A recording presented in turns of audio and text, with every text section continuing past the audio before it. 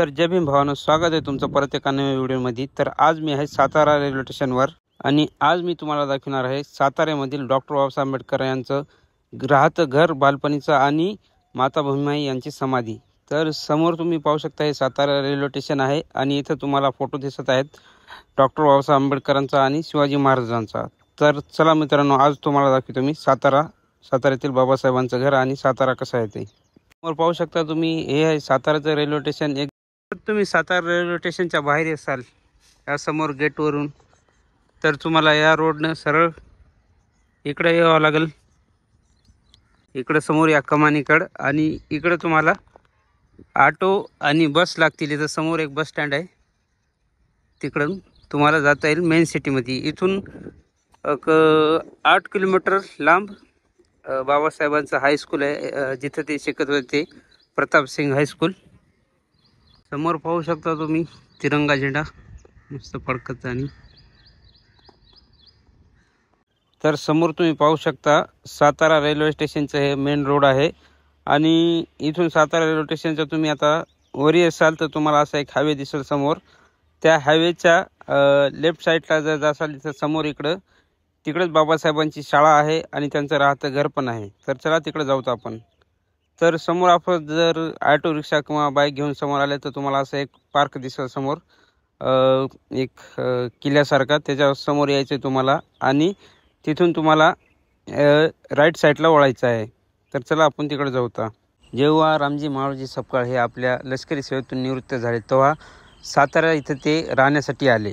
साताऱ्याच्या सदर बाजारातील खेड ग्रामपंचायतीत ते राहण्यासाठी आले आणि तुम्हाला इथं येण्यासाठी हेमलता पाटील हे उद्यान सर्च करावं लागेल आणि तेव्हा तुम्ही इथं येसाल। हे समोर पहा तुम्ही, हे एक पारसी उद्यान आहे आणि इथं आता तुम्हाला समोर मी दाखवत आहे डॉक्टर बाबासाहेब आंबेडकर यांचं घर।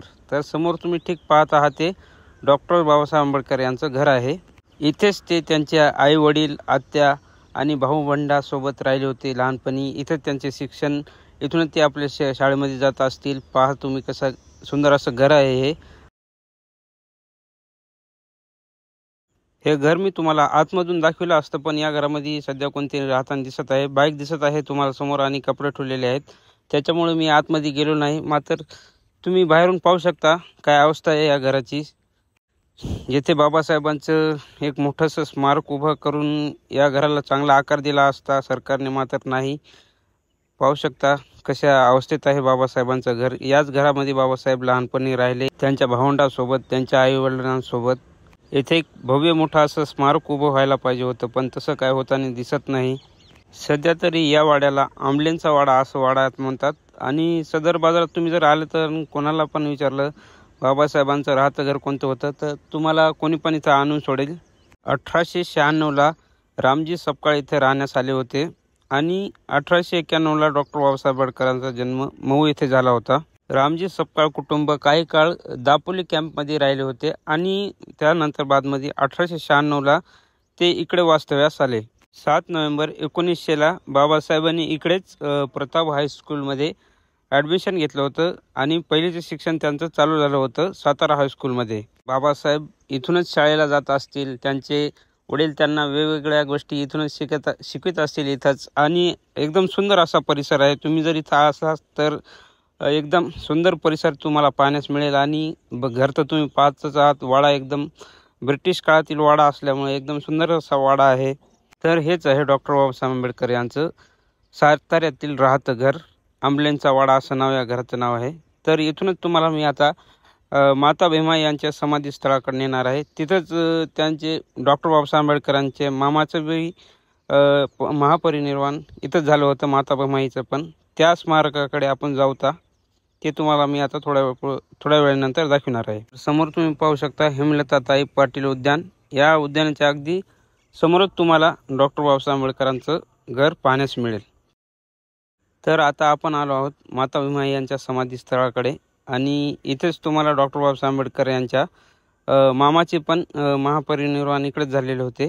तर हे काय असं आहे भीमाई यांचं समाधीस्थळ। तर हे समाधीस्थळ 3-4 वर्ष झालं असंच पडून आहे, याचं काय पुनर्निर्माण होत नाही लवकर। तरी पण मी आशा करतो की इथं लवकरात लवकर एक सुंदर अशी भव्य इमारत, स्मारक माता भीमाई यांचं उभं होईल आणि ते आपण पाहण्यासाठी सर्वजण येऊत। या समाधी स्थळाकडे येण्यासाठी तुम्हाला जरंडेश्वर नाक्याकडे यावं लागेल आणि तिथं तुम्हाला थोडंसं पुढे गेल्यानंतर एक मोठा वृक्ष दिसेल। त्या साईडला तुम्हाला माता भीमाई यांचं हे समाधी स्थळ पाहण्यास मिळेल।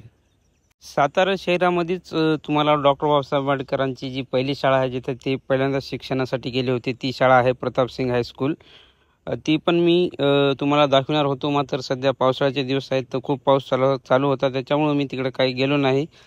जेव्हा केव्हा मी परत येईल साताऱ्यामध्ये आणि ते पण नक्कीच येणार आहे, एक दिवस मी एक व्लॉग बनवणार आहे प्रतापसिंग हायस्कूलवर आणि त्या व्हिडिओमध्ये मी तुम्हाला दाखवेल प्रतापसिंग हायस्कूल कसं आहे आणि बाबासाहेबांची शाळेमध्ये वर्ग कोणता होता, कुठं बसत होते आणि त्यांना कोणते शिक्षक शिकवत होते, तिथं सर्व काही माहिती तुम्हाला त्या व्हिडिओमध्ये भेटेल।